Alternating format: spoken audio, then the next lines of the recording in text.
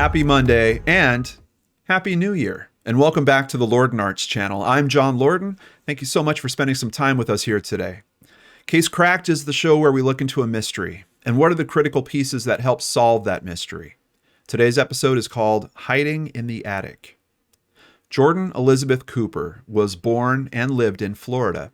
She grew up in Keystone Heights with her parents Jeff and Dawn. Although never diagnosed, it's believed that Jordan was mentally impaired and had the mental capacity of a 13-year-old. She never let that stop her, though. She graduated from high school in 2012. She loved movies and liked to critique them. By 25 years old, she was an avid reader of anything fiction, adventure, or fairy tales, and Harry Potter was her favorite. She also loved animals, especially her dog Dozer. She and Dozer lived not far from her parents in a house that resided on their property. Her mother Dawn would check in with her all the time while she was still giving her the space that she needed to enjoy her independence.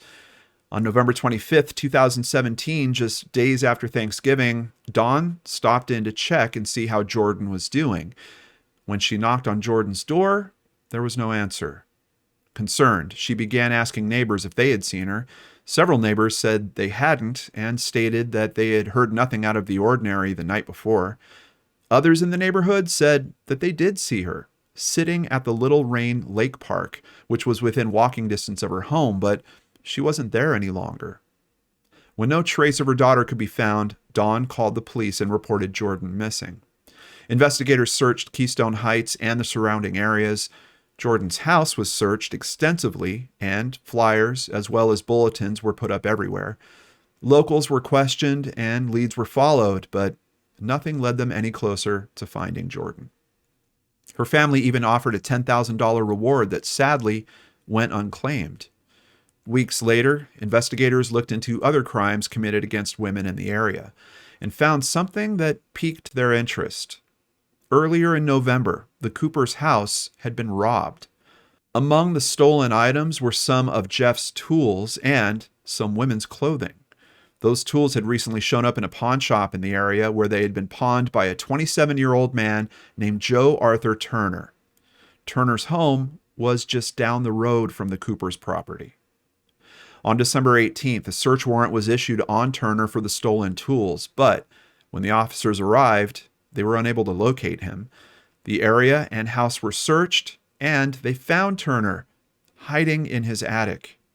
Near him, investigators also found a bag full of women's clothing, some of which came from the Cooper's home.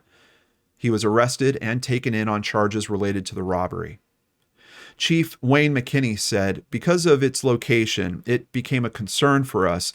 They live on the same street and they're close in age. The suspect is 27, so yes, they had some familiarity just living in the same neighborhood."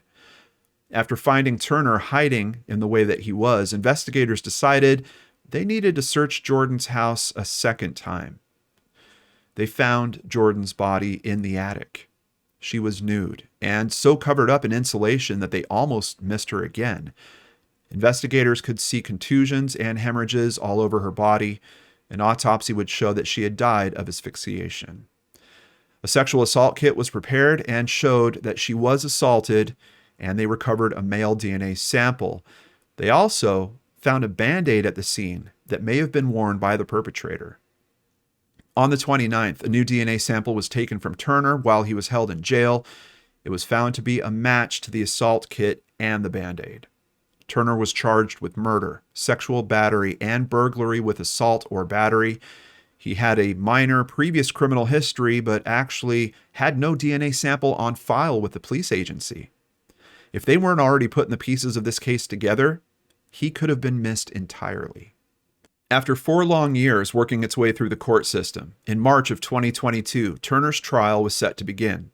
In order for him to avoid the death penalty, he agreed to plead guilty to second-degree murder, sexual battery, and burglary with assault or battery. Although not all of Jordan's family are happy with the reduced charge, they are happy with the fact that he admitted to the murder, likely sparing them from having to hear more details about one of the worst days of their lives. He was sentenced to 55 years in prison and is not eligible for parole before his full sentence is served. Turner gave a statement telling the family, "I want to sincerely apologize. I'm sorry. From what I've heard, there is forgiveness in your hearts, and I'm so thankful for that." Jordan's father, Jeff, countered Turner's statement by saying, "You come to my house, you eat dinner, you grew up with my son. I never, ever would have expected this from you. This never should have happened." In the family's victim impact statement, they stated the following: "Jordan was a true victim. She was in the place she felt most secure, her home, when she was brutally murdered and taken from us. To truly honor Jordan, we would ask that you remember her in her brightest moments and not as a victim. Jordan was passionate about all things." The Coopers say recovery will take time. Quote, "There is not a day that goes by that we will not remember that she's not with us or feel her loss." Case cracked. I would like to thank FerreiraFuneralServices.com, Jacksonville.com, News4Jax.com, and FirstCoastNews.com. Also, a special mention to Miss L, who told us about this case and assisted on researching it. Of course, the biggest thank you goes to Christy Arnhart for pulling it all together and writing it up, and here she is now to discuss it with us. Christy, there is a really troubling aspect to this case for me. You have Jordan's family put together a life for her that gave her independence, but still kept her close to safety, living on their property, but having her own place. And essentially, you have someone close to the family, raised with Jordan's brother, that knew she was vulnerable and took advantage of her and that situation in the absolute worst way possible. Mm-hmm.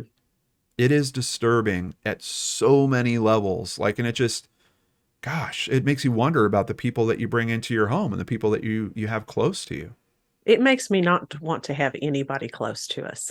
Yeah. It No. really does. I mean, you can't trust, from a recent show we saw, you can't trust your family, you Right. can't trust your neighbor that you grew up with. Can't It's trust the FedEx driver.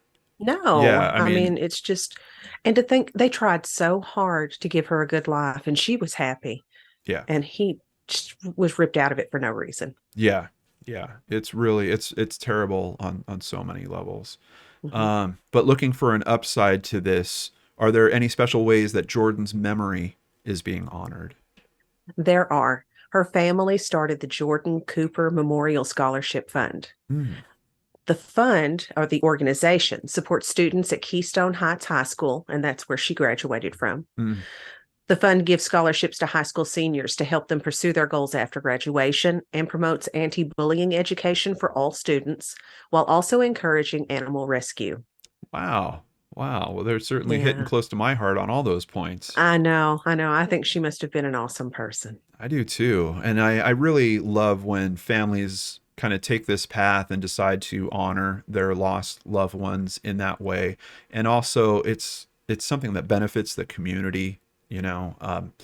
I looked into the Jordan Cooper Memorial Scholarship Fund and I found out that the actual scholarship, I think any Harry Potter fans are going to appreciate this. The actual scholarship that's issued is called the Jordan Cooper Memorial Scholarship for Muggles. I love that. I do And too. I'm sure Jordan would love that she's helping other graduates fulfill their dreams with a little Harry Potter touch. I think so too. I think so too. Well, and you think about this too. Every scholarship recipient will now take Jordan's memory forward into their own lives. Yeah. Yeah, that's a pretty special thing. It's a It is. special It's a thing. wonderful way to be remembered. Yeah. Did they have any other programs that they've done to honor her memory? They did recently have a 5K to benefit the program. So yeah, Awesome. they're still actively working on it. Awesome. Yeah, they're hitting on every level. That's great. Hmm. If you would like to learn more or support the fund, you could visit jordancooperscholarship.org. And of course, on behalf of us and our amazing supporters, we have already made a donation to the scholarship fund so we can help them continue their operations. Wonderful. Yeah. Thank you so much, Christy. We really appreciate all the hard work that you put into Case Cracked and all the other work you do here on the channel. And I want to tell you Happy New Year. Well, Happy New Year. I've got some other people to thank right now. Thank you, PayPal supporter Angela Welch Sola. Since 2015, we've always run limited commercial ads for the benefit of the viewers and the families that we're trying to help. Obviously, we can't do that without support. If you'd like to help, please visit lordandarts.com. There you can sign up for Patreon, sign up for PayPal, buy merchandise, or even just buy us a coffee, like Amy Kay recently did. We really appreciate your support on our mission to run as few ads as possible and help as many cases as we can. Remember, you can get another Lord and Art story every week on the Seriously Mysterious podcast. A new episode is coming tomorrow, and every Tuesday after that, visit seriouslymysterious.com and subscribe on your favorite podcatchers. While you're here, don't forget to subscribe below and hit that bell icon so you never miss an upload. Also, if you'd like to catch one of our weekly secret studio live shows, be sure to check the description box below for our new channel link, Lord and Arts Studio 2. And of course, I'll be back with a new unsolved mystery for you on Friday, right here on the Lord and Arts channel.